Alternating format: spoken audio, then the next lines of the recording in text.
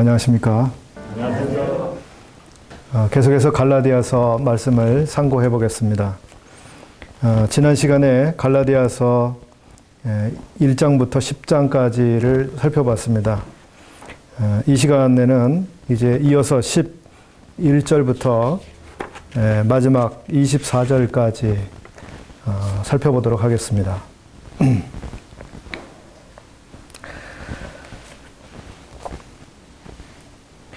먼저 본문을 한번 읽겠습니다. 형제들아, 내가 너희에게 알게 하노니 내가 전한 복음이 사람의 뜻을 따라 된 것이 아니라 이는 내가 사람에게서 받은 것도 아니요 배운 것도 아니요 오직 예수 그리스도의 계시로 말미암은 것이라.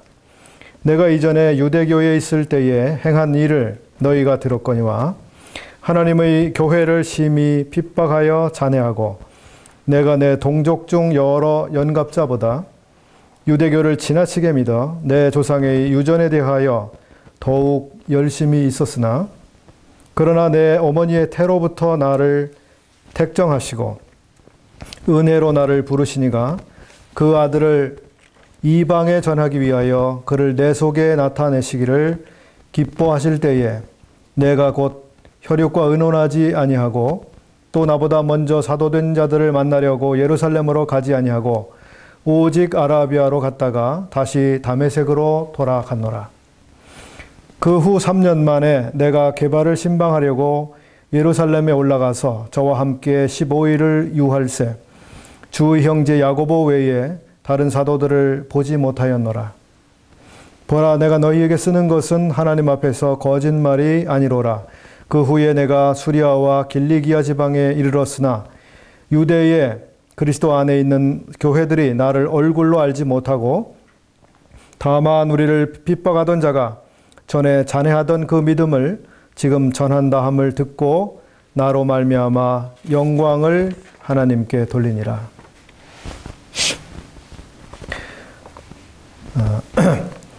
지금 읽어드린 본문은 바울이 어떻게 사도가 되었는지, 예전에 지나치게 유대교에 열심을 냈던 사람이 어떻게 이제 예수 그리스도를 섬기는 사람이 되었는지, 또 본인의 간증을 하고 있는 이런 내용입니다. 그리고 이제 주님을 영접하고 난 다음에 이 사도가 먼저 주님을 섬기고 있던 게바나 야고보 와 어떤 만남을 가졌는지를 소개하고 있습니다. 먼저 11절부터 14절까지는 주님을 알기 전에 사도 바울이 어떠했는지를 말씀하고 있습니다. 13절에 내가 이전에 유대교회에 있을 때에 행한 일을 너희가 들었거니와. 이 바울은 참 유명한 사람이었습니다. 어떤 일로 유명했었는가 하면 하나님의 교회를 핍박하는 일로 유명한 사람이었습니다. 하나님의 교회를 잔해하는 그런 일로 유명한 사람이었습니다. 그리고 이 바울은 자신의 동족 중 여러 동년배들보다 유대교를 아주 더 열심으로 특심으로 믿는 아주 열정적인 사람이었습니다. 바울은 참으로 유대교에 완전히 헌신된 열정을 다 바치고 있는 사람으로 아주 유명한 사람이었습니다. 그래서 바울을 제사장들이 여러 교회들을 핍박하고 잔해하는 일에 부탁을 할 정도로, 그래서 보냄을 받을 정도로 사도 바울은 그런 일이 있어서 참 인정을 받는 사람이었습니다. 이 사도 바울이 이제 극적인 변화를 경험하게 된 것은 사도행전 9장에서 부활하신 주님을 만나 뵈므로써 전환을 맞이했던 것입니다. 그리고 이제 바울이 개인적으로 구원을 받았을 뿐만 아니라 특별히 이제 복음을 위해서 자기의 생애를 완전히 헌신한 이와 같은 사람이 된 것은 16절에 있는 것처럼 그 아들을 이방에 전하기 위하여 그를 내 속에 나타내셨다고 고백을 했습니다. 사도 바울은 다른 사람들이 보지 못한 놀라운 것들을 봤습니다. 놀라운 것들을 깨달았습니다. 하나님께서 친히 이 사도 바울의 속에 이 하나님의 놀라우신 복음의 비밀을 알게 해 주셨던 것입니다. 바울 외에도 여러 사도들이 있었습니다. 많은 사도들이 있었고 그들도 주님을 위해 살았고 복음을 전했습니다. 그럼에도 불구하고 이 사도 바울의 복음에 있어서 더 헌신적이었던 것은 바로 사도 바울에게 하나님께서 이 복음에 대한 완전한 그림을 사도 바울에게 계시해 주셨기 때문이죠. 우리 사도 바울에게 복음의 총체적인 그리고 완전한 그림을 사도 바울에게 보여주셨습니다. 다른 사도들은 이 복음으로 구원을 받고 또 복음을 위해 살았지만 이 바울처럼 완전하게 복음을 이해한 이 사람이 없었던 것입니다. 즉 율법은 복음과 무슨 관계가 있는지,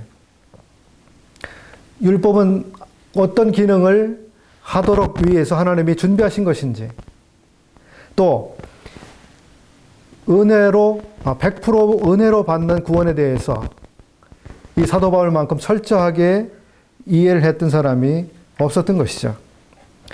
이와 같이 사도 바울이 참으로 놀라운 계시를 받았기 때문에 하나님께서 자신에게 이 복음을 부탁했다는 것을 그는 마음으로 느끼고 있었습니다.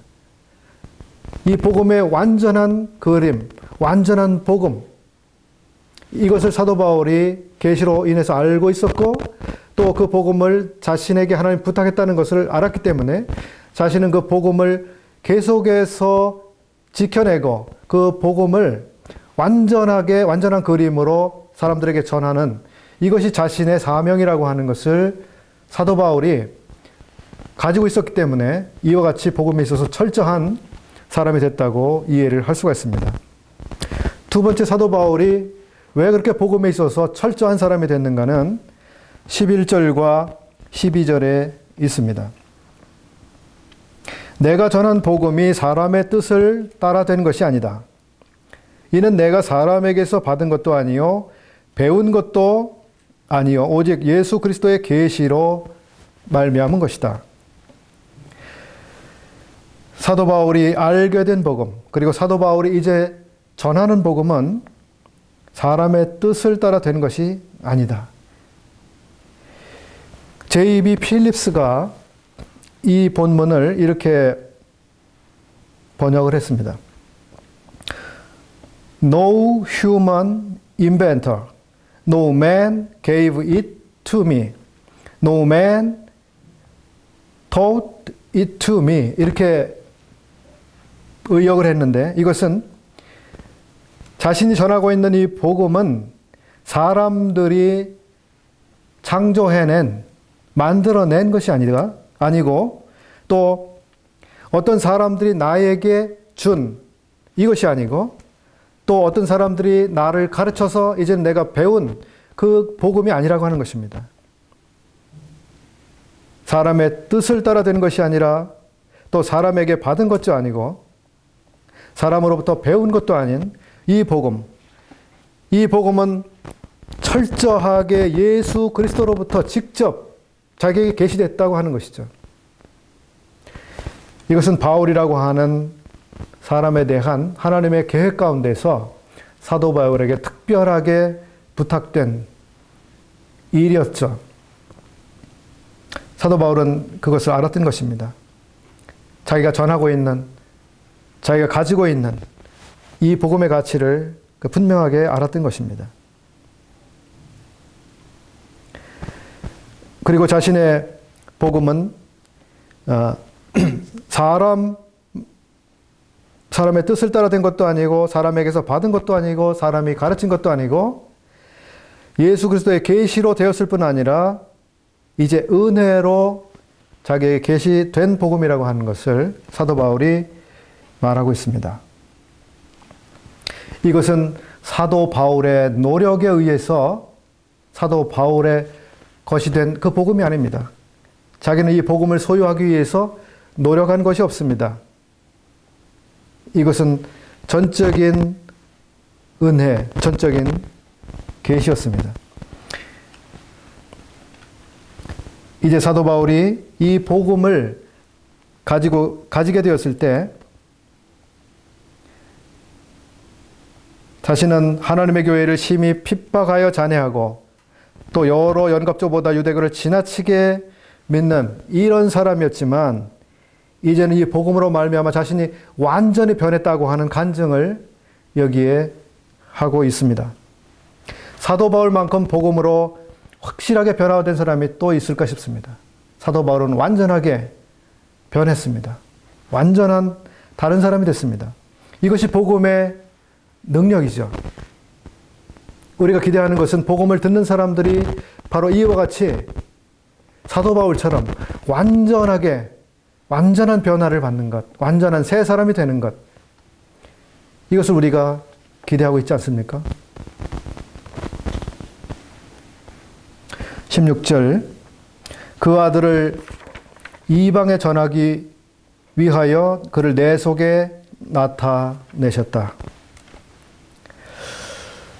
우리 인간에게 이 놀라운 계시를 주신 것을 어떻게 다 설명을 할 수 있을까요? 요한일서 5장 20절 말씀에는 사도 요한이 이런 것을 기록하고 있습니다.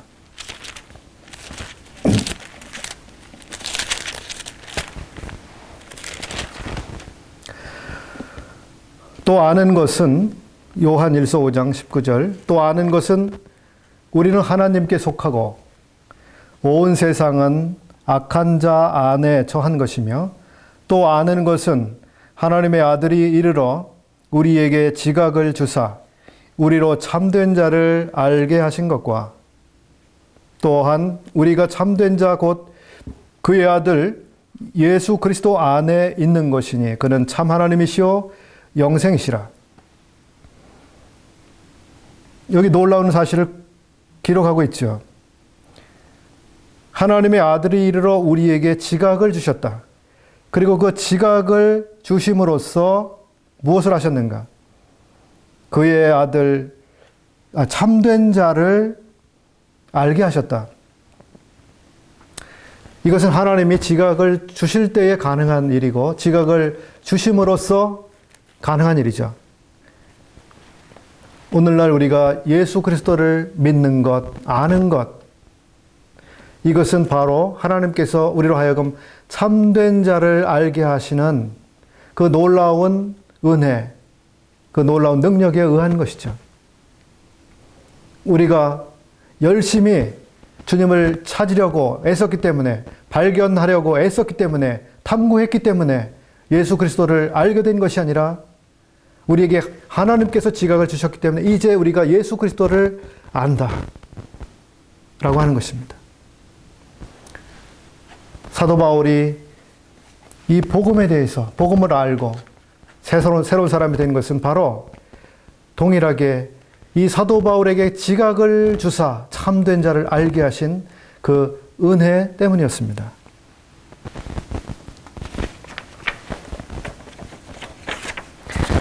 하나님께서 사도 바울을 구원하신 목적은 이방에 전하기 위하여라고 여기 기록을 하고 있습니다.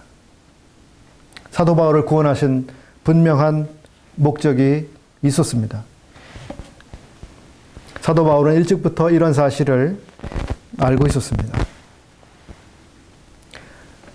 성도님들께서는 하나님께서 우리 성도님을 구원하실 때 무슨 목적을 가지고 구원하셨다고 하는 이것을 자신이 주님께로부터 받은 사명이 무엇인지 아는 가운데 생활하고 계시는지 궁금합니다. 이제 하나님께서 예수 그리스도를 사도 바울 속에 나타내 주시게 되었을 때 16절 하반절 내가 곧 혈육과 의논하지 아니했다고 기록하고 있습니다. 그리고 나보다 먼저 사도된 자들을 만나려고 예루살렘으로 가지도 아니했다고 기록하고 있습니다. 그 대신에 이 사도는 아라비아로 갔다 이렇게 기록을 하고 있습니다. 이것은 무슨 의미일까요? 혈육과 의논하지 아니했다. 이것은 이제 사도 바울이 사람들로부터 인정을 받으려고 하는 이런 노력을 하지 않았던 것입니다. 사람들로부터 동의를 얻으려고 하는 이런 일을 하지 않았다고 하는 것입니다. 또 사도들을 만나려고 예루살렘으로 가지도 않았다고 하는데 이건 역시 사람이 자신을 추인해 주기를 바라지 않았다고 하는 것입니다. 사람들의 인정을 구하지 않고 오직 더 우리 주님을 알기 위해서 아라비아로 갔습니다. 사도 바울이 예루살렘으로 가지 아니했다. 이것은 사도 바울 개인에게 있어서 중요한 문제이고 교회에 있어서도 중요한 문제입니다. 로마 가톨릭 교회가 타락의 일로에 있었던 것은 바로 로마가 모든 교회들의 중심이 된다고 하는 생각 때문에 그랬습니다. 그리고 로마의 교황에게 모든 교권이 거기에 중심이 되어지고 그 로마로부터 모든 교회가 통치되어야 된다고 믿었기 때문에 이 로마 교회는 타락을 하게 됐습니다. 여기 사도 바울은 예루살렘으로 가지 아니했습니다. 그 당시에 예루살렘은 기독교가 시작이 된 것이고 그리고 그곳에는 사도들이 12명의 사도들이 거기에 있었기 때문에 분명히 사람들의 시각에서는 예루살렘이 믿는 사람들이 생각하는 하나의 중심지라고 생각할 수가 있었음에도 불구하고 사도 바울은 예루살렘으로 가지 않고 아라비아로 갔다. 사도 바울은 교권을 인정한다든지 이런 것을 인정한 중심적인 교회를 인정한다든지 이런 생각을 가지고 있지 않았음이 분명해 보입니다. 바울은 이제 다메섹으로 아라비아로 갔다가 다시 다메섹으로 돌아갔노라. 다메섹은 사도 바울이 주님을 만난 그곳입니다. 그리고 다메섹으로 가서 있다가 다시 3년 만에 18절이죠. 3년 만에 다메섹에서 떠나서 예루살렘으로 갔습니다. 간 목적은 게바를 신방하기 위함이었습니다. 이 신방한다고 하는 단어를 사용했는데요. 여기서 신방한다고 하는 말은 깊이 숙고한다라고 하는 의미를 가지고 있는 단어입니다. 또는 이야기한다라고 하는 의미를 가지고 있는 단어입니다. 그래서 사도 바울이 게바를 신방을 하기 위한 이 15일 동안 예루살렘에서 바울은 이 게바와 더불어 15일 동안 아주 깊이 있는 대화를 나누고 교제를 했다고 보게 됩니다. 거기에는 자신이 어떻게 주님을 만난 것과 자신이 어떻게 이제 다메섹에서 사람들에게 복음을 전했던 일들에 대해서 그 이야기를 했을 것이라고 여겨집니다. 그리고 이제 15일을 게바와 함께 보내고 그리고 19절에 있는 것처럼 이제 야고보를 또 만나게 됐습니다. 이 두 사람을 만나고 그리고 이제 2장 1절에 가면 이제 그리고 나서 14년이 흘렀습니다. 14년 후에 다시 예루살렘을 올라갔는데 이때는 바나바와 디도와 함께 올라갔다고 기록을 하고 있습니다. 여기 게바를 신방하고 야고보를 만나고 그리고 나서 21절에 그 후에 내가 수리아와 길리기아 지방에 이르렀으나 이 사도 바울은 계속해서 이제 다른 곳 수리아 지역 길리기아 지방에 복음을 전하는 일을 했습니다.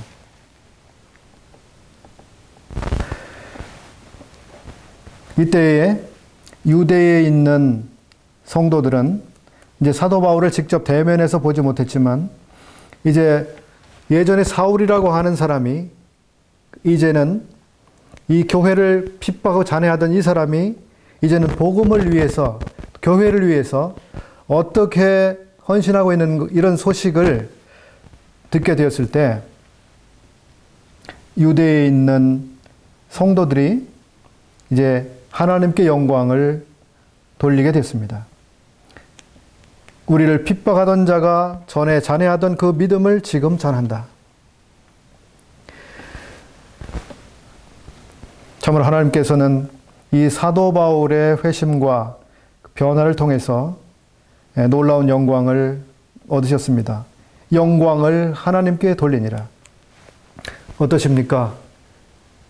성도님 여러분, 우리 성도님으로 인해서 하나님께서 영광을 받으시고 계십니까? 우리 형제님 때문에 하나님께 사람들이 영광을 돌리고 있습니까? 예전에는 참 그렇게 하나님을 멀리하고 하나님을 싫어하고 하나님을 거역하고 저항하던 그 사람이 이제는 하나님을 위해서 산다고 하는 이 사실이 분명하게 드러나고 있습니까? 그것을 사람들이 볼 때 하나님은 참으로 놀라우시다. 이렇게 하나님 앞에 영광을 돌리고 있습니까? 바로 하나님께서는 우리 모든 사람들을 통해서 이러한 영광을 얻기를 기대하고 계시는 것이죠. 아니면 이 사람은 이제 예수님을 믿는다고 하는데 교회를 다닌다고 하는데 예전이나 지금이나 달라진 것이 없네? 뭐가 달라졌지? 이렇게 하면서 우리가 믿었다고 하는 것이 그저 말로만 믿는 것처럼 이렇게 드러나고 있습니까? 하나님께 영광이 되는 것이 아니라 하나님께 아무런 결과도 가져오지 못하는 이런 성도들이 계시지는 않습니까?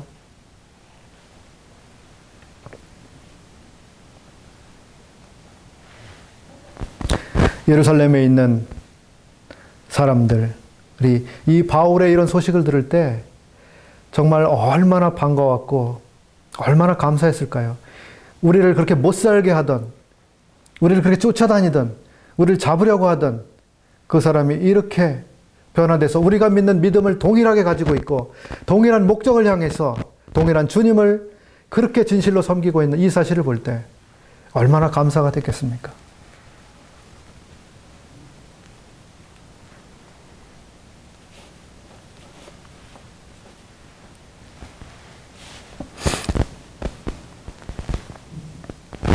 이번 시간은 여기까지 말씀을 드리고 다음 시간에 이제 2장 말씀을 함께 상고하겠습니다. 고맙습니다.